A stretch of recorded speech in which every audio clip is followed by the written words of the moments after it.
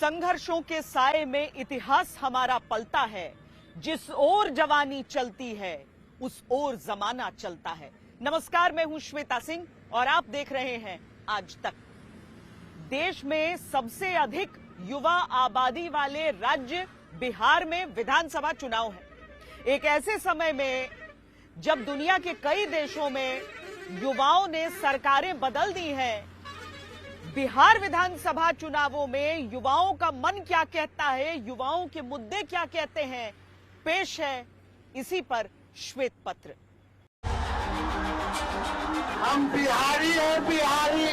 जंगल राज लाने वाले लोगों ने सिर्फ और सिर्फ अपने परिवार की चिंता की। हम लोग अगर वोट दे रहे हैं तो हम लोग को फैक्ट्री बिहार में चाहिए, हम लोग को ट्रेन और बस नहीं चाहिए। डरेगा, बिहारी डरेगा।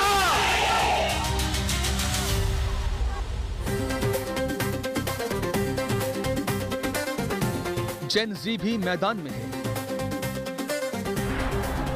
मिलेनियल भी मैदान में है, जेन एक्स भी तैयार है। बेबी बूम जनरेशन का दावा भी दिख रहा है। बहुरंगी राजनीतिक विरासतों वाला बिहार चुनाव के रंगों में पूरी तरह रंगा है। हर दल की हर एक वोट पर निगाहें, क्योंकि चुनाव में हर एक वोट जरूरी होता है। लेकिन पिछले कई चुनावों से आंकड़े स्पष्ट करते हैं कि जहां नौजवानों ने अपने मत का दान दिया है, सरकारों के रास्ते वहीं से निकले। युवा को क्या चाहिए? युवा को सरकार से एजुकेशन चाहिए, सप्लाई एजुकेशन चाहिए, और बिहार में जॉब करने के लिए फैक्ट्रियाँ होनी चाहिए, ऑफिस होनी चाहिए। युवा के मन में क्या है, यही कि बस विकास चाहिए हरियाणा गांव में। एनडीए को भी उम्मीदें हैं युवाओं से। महागठबंधन का दारोमदार भी इन्हीं पर टिका है। पीके की रणनीति भी युवाओं के इर्द गिर्द घूम रही है। सबका सपना युवा वोट हो अपना। तेजस्वी ने जो जो घोषणाएं की उसको जो है 17 महीने में पूरा किया। तेजस्वी की उम्र कच्ची है लेकिन जुबान पक्की है, तो हमको कोई प्रमाण देने की ज़रूरत नहीं है। बिहार की जनता जानती है कि जो तेजस्वी कह रहा है वो करेगा।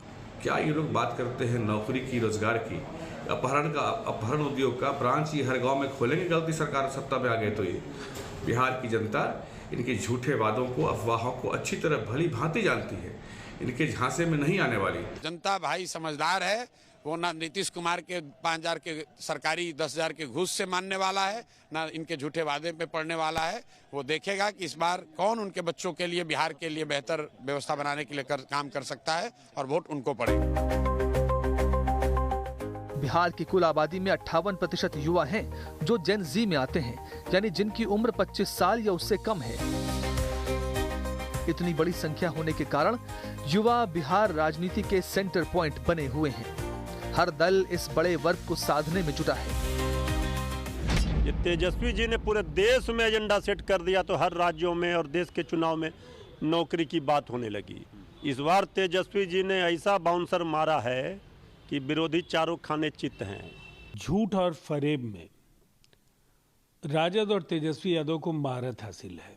जनता देखती है आपकी साख, आपकी विश्वसनीयता आपके ट्रैक रिकॉर्ड पर निर्भर करती है, और जिसमें पूरी तरह से फिसड्डी तेजस्वी जी भी हैं और उनकी पार्टी भी। राजनीतिक दांव पेचों और वादों इरादों से अलग ये जानना जरूरी हो जाता है कि बिहार के युवा किसके साथ हैं। युवाओं के चुनावी मुद्दे क्या हैं? युवाओं को किसकी गारंटी पर भरोसा है? युवा किसे अपना नेता मानते हैं? क्या युवा इस बार होंगे गेम चेंजर? सरकार अच्छा लगता है कि नहीं? हाँ, अच्छा लगता है। अच्छा लगता है। कौन, नीतीश कुमार की लालू यादव का टाइम? मोदी अच्छा लगता है। अच्छा अच्छा, क्या है? मोदी बहुत कुछ किया है देश के लिए कि बिहार के लिए? बिहार के लिए। बिहार के लिए। एनडीए का सरकार बनाना जरूरी है। हर एक वैकेंसी इतना ना निकाल दिया है कि युवा लोग बहुत खुश है। बिहार की राजनीति को अगर पूरे देश के लोकतंत्र का जननी कहा जाता है तो इसमें हमेशा से ही युवाओं की भूमिका विशेष रही है। बिहार आंदोलनों के माध्यम से युवाओं ने देश की राजनीति को दिशा दिखाई है, लेकिन पिछले कुछ समय से सोशल मीडिया, शिक्षा के प्रसार और जागरूकता ने युवाओं को बिहार के राजनीतिक विमर्श के केंद्र में ला दिया है। बिहार में नई स्किल ट्रेनिंग यूनिवर्सिटी,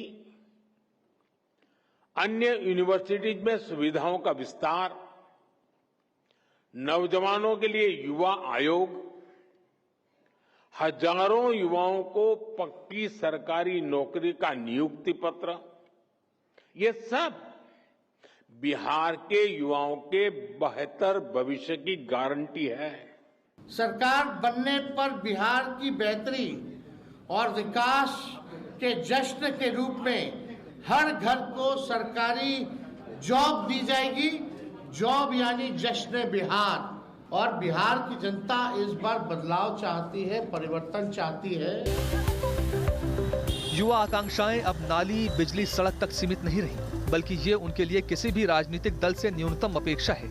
आज के युवा शिक्षा, सत्ता और शासन में अपनी भागीदारी चाहते हैं, जिससे जातियों की गोलबंदी से अलग उनका एक नया वर्ग बना है।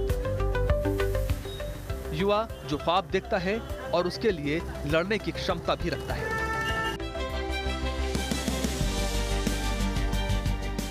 चुनावों की घंटी बज चुकी है और युवाओं ने मंथन शुरू कर दिया है।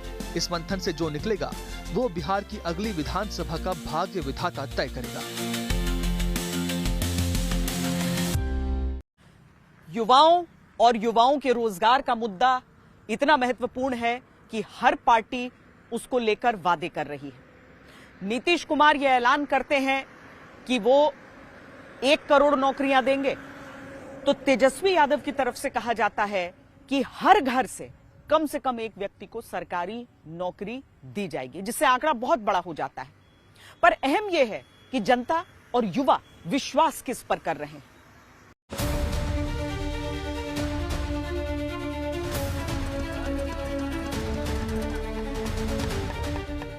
चुनाव 2 चरणों में होगा। 6 नवंबर और 11 नवंबर को वोट डाले जाएंगे। 14 नवंबर को चुनावों के नतीजे घोषित किए जाएंगे। इसी के मद्देनजर चुनावी वादों की भरमार है, लेकिन एक मुद्दा ऐसा भी है जो हर गांव, हर घर, हर कस्बे, शहर और गली से जुड़ा है, मुद्दा बेरोजगारी का। जैसे तेजस्वी यादव कह रहे हैं कि यहाँ पर हर घर से एक आदमी को सरकारी नौकरी मिलेगी। ये बोल रहे हैं। मिलेगी? हाँ, एकदम मिलेगी। विश्वास है? हाँ, विश्वास है। या फिर जो एनडीए कहती है कि हम कितना करोड़ बोल रही है, 5 करोड़, हाँ, वो दे सकते हैं कि ये दे सकते हैं? तेजस्वी बोले हैं तो अफकोर्स देख सकते हैं। तेजस्वी दे सकते हैं? होता है, दे सकते हैं। अरे देगा नहीं। अरे न्यू कौन दे सकता है? तेजस्वी। तेजस्वी दे सकते हैं। तेजस्वी दे सकते हैं। आपको क्या लगता है कौन दे सकता है? मैं कोई नहीं दे सकता है। मैं सब जुमलाबाजी है। दोनों नहीं दे सकते? दोनों नहीं दे सकते हैं। हाँ। मैं क्लियर का दावा के साथ बोल रहा हूँ। हाँ। हम लोग भी पढ़े लिखे बेरोजगार घूम रहे हैं। हाँ। ग्रेजुएशन बीएड कर घूम रहे हैं। हाँ, नहीं मिलेगा नौकरी, कोई नौकरी करके नहीं मिलेगा। सब जुमलाबाजी अपने चुनाव मुद्दा बना रहे हैं, हम आएंगे, ये करेंगे, वो करेंगे, कोई कुछ नहीं करेगा।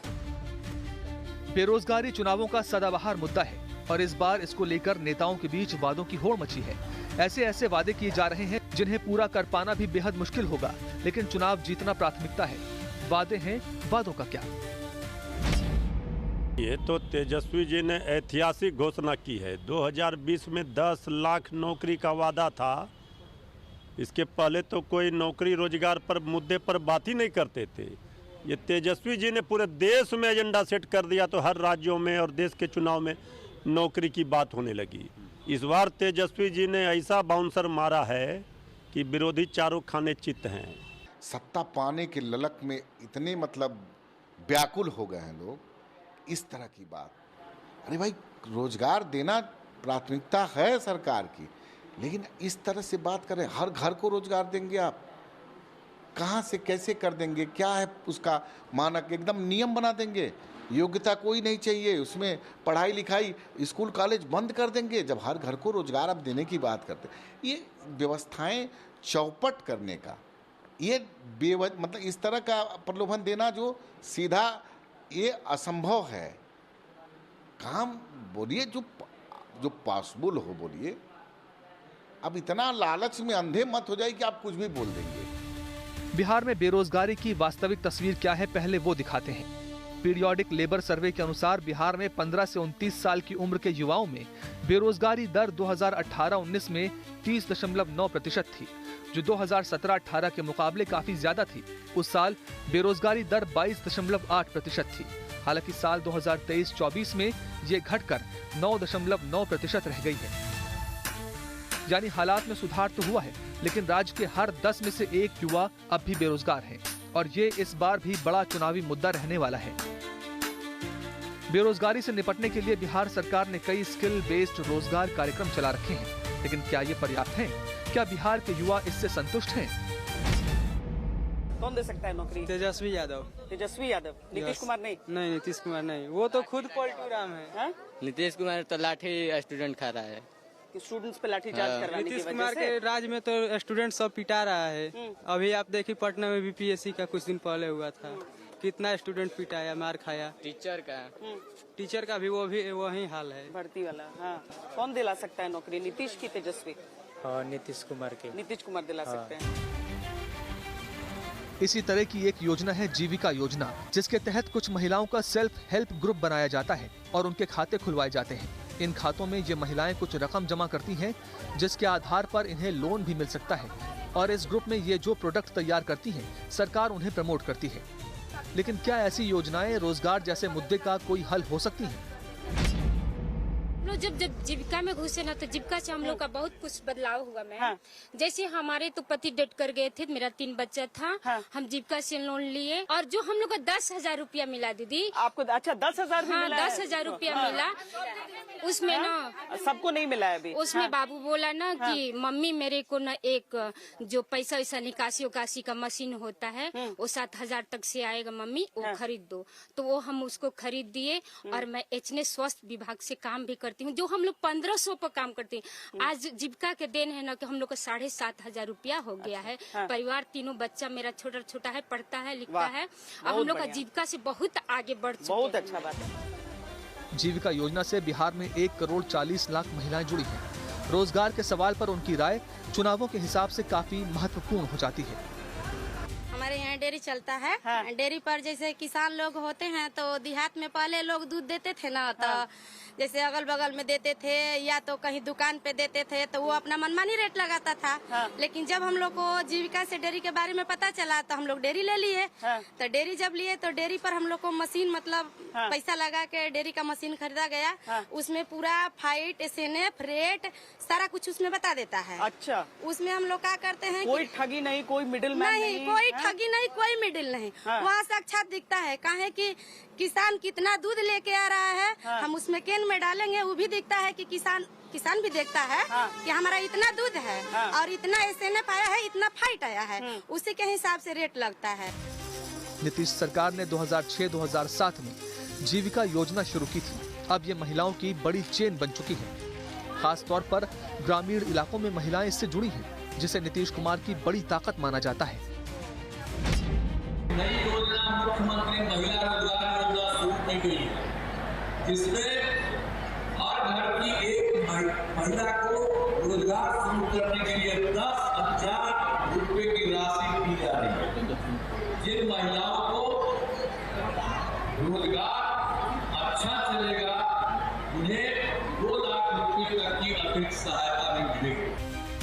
चुनावों की घोषणा से पहले रोजगार के सवाल को ध्यान में रखते हुए एनडीए सरकार ने मुख्यमंत्री महिला रोजगार योजना शुरू की, जिसके चलते 1 करोड़ महिलाओं के खातों में एक तय रकम डाली गई। ये रकम किसी कुटीर उद्योग को शुरू करने में मदद के रूप में शुरू की गई। इसको लेकर महिलाओं का रुख क्या है? इसे महिलाएं क्या मानती हैं? चुनावी स्टंट या रोजगार की दिशा में एक सशक्त कदम? जीवन ऐसे था पहले या बदल गया है आप लोग को जीविका से?